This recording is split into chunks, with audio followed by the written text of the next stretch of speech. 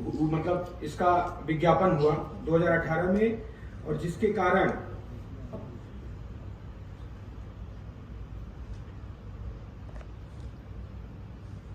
उनहत्तर हजार शिक्षक भर्ती 2018 में आयोजन हुआ, जिसमें व्यापक स्तर से आरक्षण घोटाला हुआ, जिस कारण आरक्षित वर्ग ओबीसी एससी के हजारों अभ्यर्थी नियुक्ति पाने से वंचित हो गए। हम अभ्यर्थियों के द्वारा शासन प्रशासन के समक्ष अपनी बात रखी गई और धरना प्रदर्शन भी किया गया, लेकिन हमारी बातों को अधिकारियों के द्वारा नजरअंदाज किया गया। इसी बीच हमारे साथी और हम लोग स्वयं माननीय राष्ट्रीय पिछड़ा वर्ग आयोग गए। वहां पर लगातार 1 साल तक सुनवाई हुई।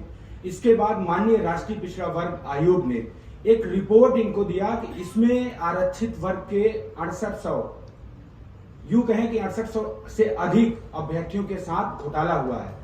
इसके बाद वो रिपोर्ट लेकर के तमाम अधिकारियों के यहाँ, मंत्रियों के यहाँ, यूं कहें कि पूरे उत्तर प्रदेश की सरकार, चाहे उनके पक्ष के जितने और भी मंत्री रहे, उनके साथ हम लोग बैठकर बातचीत किए, उनसे मिले, लेकिन कोई भी हम लोगों को न्याय नहीं मिला। फिर हम लोगों ने आंदोलन का रास्ता चुना।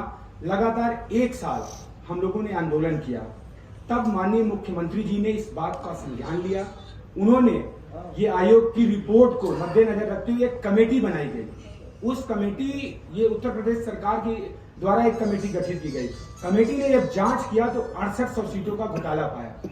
फिर मुख्यमंत्री जी ने हम लोगों को वहां बुलाया और ये कहा, विभाग के अधिकारियों को निर्देशित किया कि आप लोग जल्द से जल्द इन 6800 अभ्यर्थियों को नियुक्ति दे दो। लेकिन सरकार के अधिकारी, जो बेसिक शिक्षा परिषद के अधिकारी है, तमाम अधिकारी इसमें चूंकि ओबीसी एससी वर्ग के नहीं है और वो लोग नहीं चाहते थे कि ये ओबीसी एससी वर्ग के लोग नियुक्ति पाए।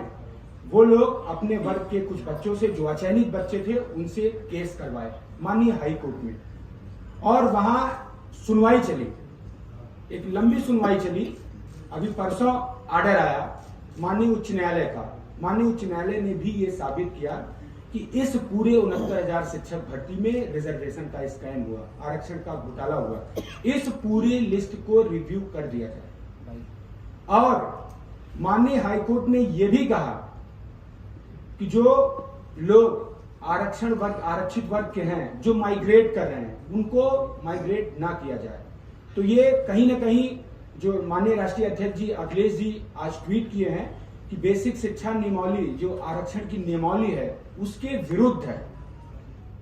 सरकार अपनी नियमावली के अनुसार ही भर्ती करती है, लेकिन ये अधिकारियों की लचर रवैया, अधिकारी अपनी नियमावली नहीं बचा पाए, इस वजह से, क्योंकि हम उनके वर्ग से नहीं आते, इस वजह से हमारे वर्ग की जो 6800 सीट माननीय योगी जी ने निकाली थी, जो आरक्षण घोटाला साबित हुआ था, उसको, उस लिस्ट को रद्द कर दिया गया और ये कहा गया कि फिर से 3 महीने के अंदर रिव्यू करके पूरी लिस्ट बनाई जाए। जब उसमें रिजर्वेशन रूल फॉलो ही नहीं होगा, जब जो रिजर्वेशन की नियमावली 1994 है उसी को गलत माना जा रहा है, तो इस पे सरकार को आगे बढ़ करके इसमें रिव्यू फाइल करना चाहिए, इसमें ऑर्डर को मॉडिफिकेशन में जाना चाहिए कि नहीं ये तो गलत हुआ है। और इससे काफी हम लोग आहत हैं। 6800 लोग 1 साल से इंतजार कर रहे थे और कोर्ट में इस बात की सुनवाई चल रही थी कि जो 6800 लोग हैं रिजर्व कैटेगरी के, इनको रखा जाएगा। जो 6800 लोग जनरल के हैं या अनारक्षित वर्ग के हैं, उनको निकाला जाएगा। इस बात की सुनवाई चल रही थी, लेकिन इसमें बेसिक शिक्षा नियमावली ही गलत पाई गई। और ये मैं आप लोगों को बता दूं कि माननीय उच्च न्यायालय की सिंगल बेंच को ये अधिकार नहीं है कि बेसिक शिक्षा की नियमावली, जो आरक्षण का रिजर्वेशन रूल एक्ट है, इसको कहीं से कहीं गलत ठहरा पाए। ये माननीय सुप्रीम कोर्ट के पास पावर है। लेकिन सरकार और अभी अधिकारियों से जो हम मिल रहे हैं, वो यही कह रहे हैं कि नहीं, जो आदेश आया उसका हम पालन करेंगे, बिकॉज ऑफ हम लोग रिजर्व कैटेगरी के हैं। यही हमारी गलती है।